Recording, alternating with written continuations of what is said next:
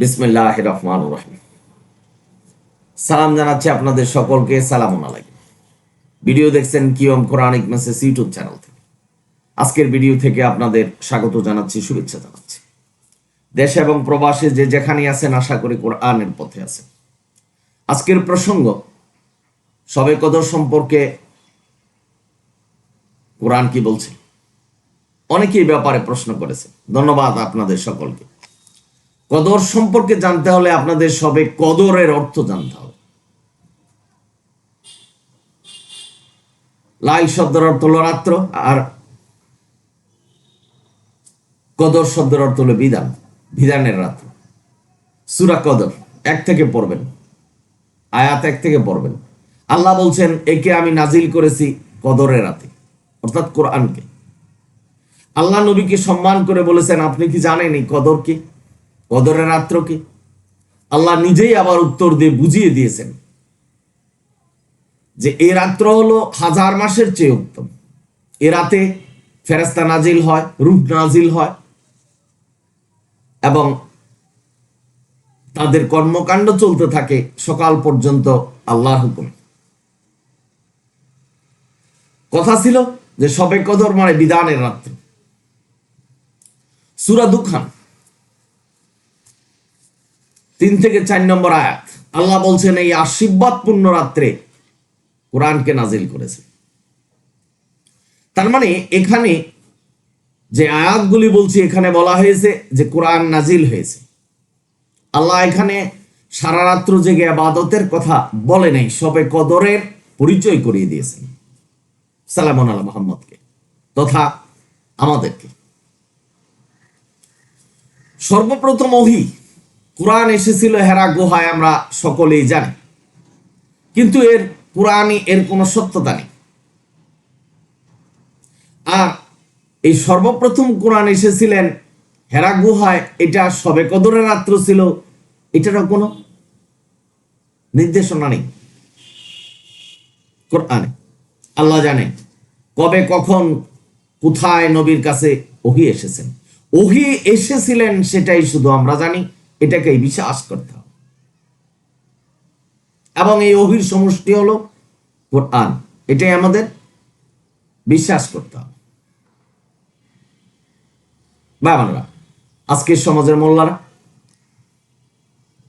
শবে কদর সম্পর্কে ব্যাখ্যা দিচ্ছেন যে এ রাতে যারা ইবাদত করবে, সারা রাত্র জেগে যারা ইবাদত করবে, তাদের সকল গুনাহ মাফ হয়ে যাবে।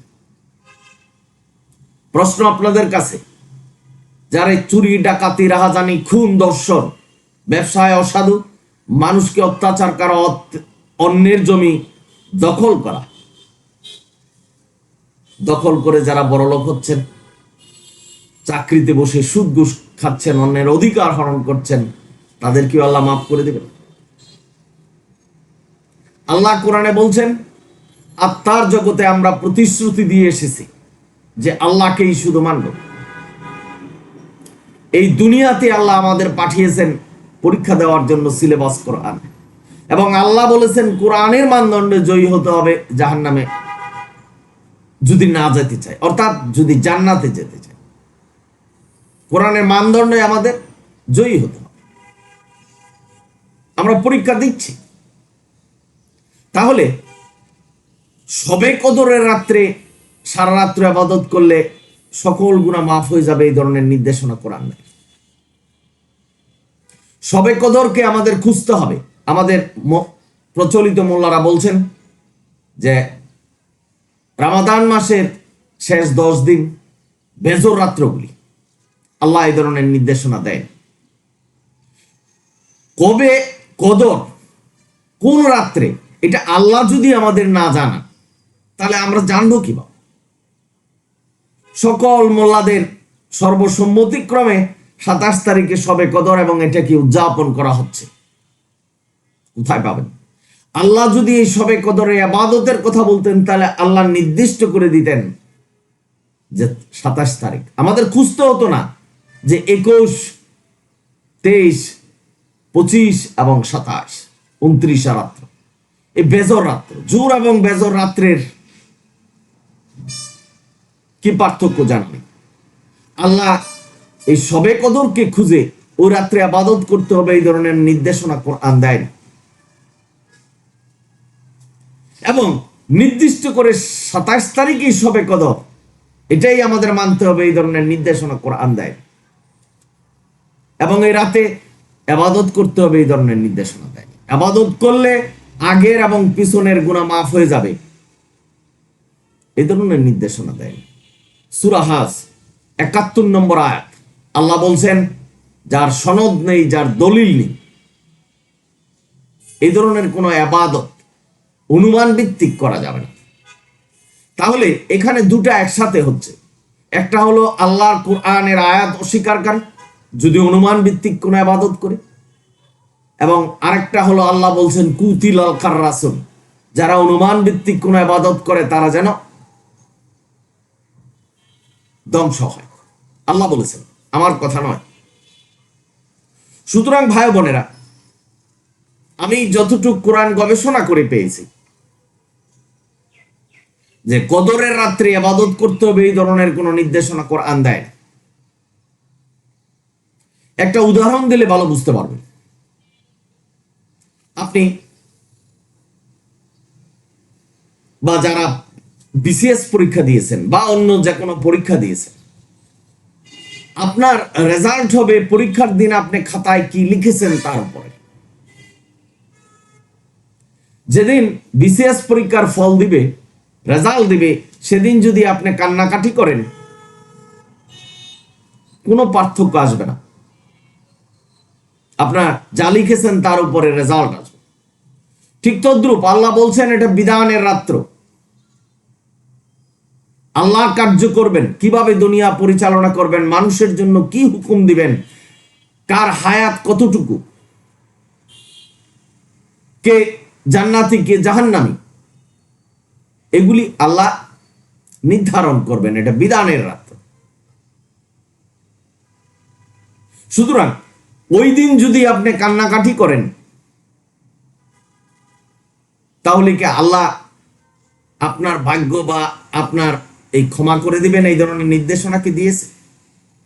আপনি সারা বছর কি করলেন, আপনার ভিতরে কি কোরআনিক ঈমান ছিল কিনা, কোরআন ভিত্তিক ইবাদত ছিল কিনা, আল্লাহ যেভাবে ইবাদত করতে বলেছেন সেই ইবাদত কি আপনার ভিতরে ছিল কিনা, না কোরআনের পরিবর্তে অন্য কিছু মানছেন, না আল্লাহর কাছে শিরক করছেন, এর ভিত্তিতে আপনার উপর বিধান নাজিল হবে, আল্লাহর হুকুম নাজিল হবে যে আপনি কতদিন বাঁচবেন, আপনি কি উপার্জন করবেন, কিভাবে এই দুনিয়াতে থাকবেন।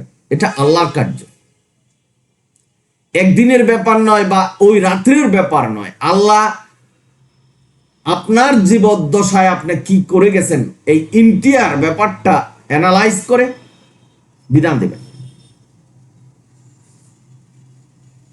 বাবা, আপনারা যারা শুনছেন, প্রতিদিন প্রতিক্ষণ বিধান আসছে আল্লাহর কাছ থেকে, আল্লাহ মানুষকে সতর্ক করছেন। আমি অনেক ভিডিওতে এই কথা বলছি যে আপনি যখন প্রথম কোনো বড় গুনাহ করতে যাবেন, আল্লাহ আপনাকে জানিয়ে দিবেন যে এটা গুনার কাজ, অন্তরে আপনার কল্পনা আসবে যে এটা গুনার কাজ, এটাই ওহী, আপনাকে সতর্ক করলো। আপনি যদি আপনার এই চিন্তা শক্তিকে সঠিকভাবে প্রয়োগ না করতে পারেন তাহলে বুঝতে হবে যে শয়তান আপনাকে ওখানে নিয়ে গেছেন, অর্থাৎ আপনি গুনাহ করছেন।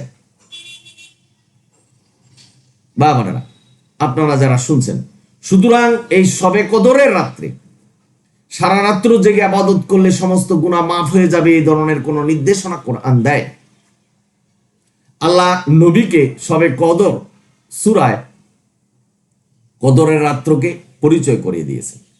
আর আপনারা জানেন যে শবে কদর এই কোরআন যখন নাজিল হয়েছে তখন শবে কদর ছিল কিনা আমরা জানি না সর্বপ্রথম। আর এই শবে কদরের রাত্র চলে গেছে, প্রত্যেক বছরই শবে কদরের রাত্র আসে না। এটা যেদিন সর্বসম্মতিক্রমে, অর্থাৎ আল্লাহর হুকুম বিধান যখন আমাদের কাছে দিবেন, এই কোরআন যখন আমাদের কাছে পাঠাবেন, যে কোরআন সংরক্ষিত ছিল লৌহে মাহফুজে সেদিনের কথা বলা হয়েছে, সে রাতের কথা বলা হয়েছে, কারণ আরবি মাসের রাত্রটা আগে আসে। এটা প্রতি বছর এই শবে কদরের রাত্র আসে এবং এই রাত্রে আমাদের ইবাদত করতে হবে, এই ধরনের নির্দেশনা নেই। কোরআনকে আল্লাহ মানুষের জন্য বিধান করেছেন, এটা একদিনই আসেনি। আল্লাহ এই কোরআনকে উদ্বোধন করে যে এটাই মানুষের জন্য বিধান হবে, আস্তে আস্তে নবীর মাধ্যমে দুনিয়াতে যাবে নবীর কাউমদের জন্য, সেই কোরআন লৌহে মাহফুজে ছিলেন, সেই রাতের কথা আল্লাহ বর্ণনা করেছেন। প্রতি শবে কদরের রাত্রে কোরআন নাজিল হয় না। আল্লাহ সপ্তম আসমান থেকে প্রথম আসমানে নেমে আসে না, কারণ কুন ফায়াকুন, আল্লাহর শক্তি হলো বললেই হয়ে যায়। উনি যে আসমানেই থাকুক সেখানে থেকেই মানুষকে দেখছেন, যেমন আমাদের হাতের তালুতে কি আছে আমরা দেখি, এভাবে এই দুনিয়াটা আল্লাহ দেখছেন। আল্লাহকে নেমে আসতে হবে। সুতরাং এই অবাঞ্ছিত কথা আল্লাহর সেই ক্ষমতাকে ধূলিসাৎ করার স্বার্থে যে সপ্তম আসমান থেকে প্রথম আসমানে নেমে আসে, এগুলি অবাঞ্ছিত কথা। আশা করি বুঝতে পেরেছেন যারা প্রশ্ন করেছেন যে কোরআন ভিত্তিক শবে কদরের রাত। এই রাত্র আমরা জানি আল্লাহ আমাদের পরিচয় করিয়ে দিয়েছেন, কোরআন নাজিল হয়েছিল, পুরো কোরআন নাজিল হয় নাই।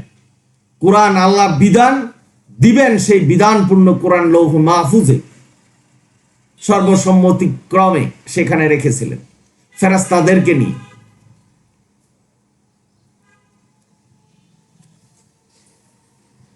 আপনারা হয়তো প্রশ্ন করতে পারেন, আল্লাহর বিধানের তো কারো প্রয়োজন নেই। আল্লাহ বিধান সৃষ্টি করেছেন, কিন্তু সকলকে জানিয়েছেন, সকল ফেরেশতাকে বলেছেন, তাদের দিয়ে কার্য এই দুনিয়া পরিচালনা করছেন, কিন্তু ক্ষমতা হলো আল্লাহর, হুকুম হলো আল্লাহর, যা বলবেন তাই করবে ফেরেশতা।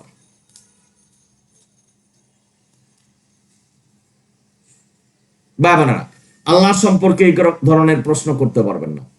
যেমন বিভিন্ন ফেরেশতা আজরাইলকে জান কবজের জন্য রেখেছেন, তাহলে আমাদের মনে যদি প্রশ্ন জাগে আল্লাহ কি পারে না? সেটা আল্লাহরই কার্য, ফেরেশতা রেখেছেন, সেটাই আমাদের মেনে নিতে হবে এবং আল্লাহর উপরে কোনো প্রশ্ন করা যাবে না যে কেন। আল্লাহর ইচ্ছাই আমাদের ধর্ম। আশা করি বুঝতে পেরেছেন যে শবে কদর। এখন আপনাদের মনে প্রশ্ন জাগতে পারে, তাহলে আমরা ইবাদত করলে কি বিদআত করব? বিদআত হবে তখন যখন এটাকে আল্লাহর হুকুম হিসাবে মানবেন, যে আল্লাহ বলছেন ইবাদত করতে, আল্লাহ বলছেন সকল গুনাহ মাফ করে দিবে, আল্লাহ বলছেন সারা রাত্র জেগে ইবাদত করতে, স্পেশাল নামাজ আল্লাহ দিয়েছেন, স্পেশাল নিয়ত দিয়েছেন, এগুলি যদি আল্লাহর উপরে চালিয়ে দেন তাহলে শিরক করা হবে। আর কিয়ামুল লাইল, রাতের নামাজ যদি আপনি সেই রাতে অন্যান্য রাত্রের মতো পড়েন তাহলে কোনো সমস্যা নেই।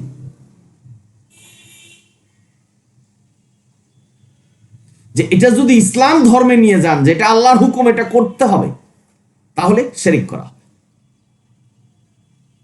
কারণ আল্লাহ এই ধরনের নির্দেশনা দেয়নি যে সারা রাত্র ইবাদত করলে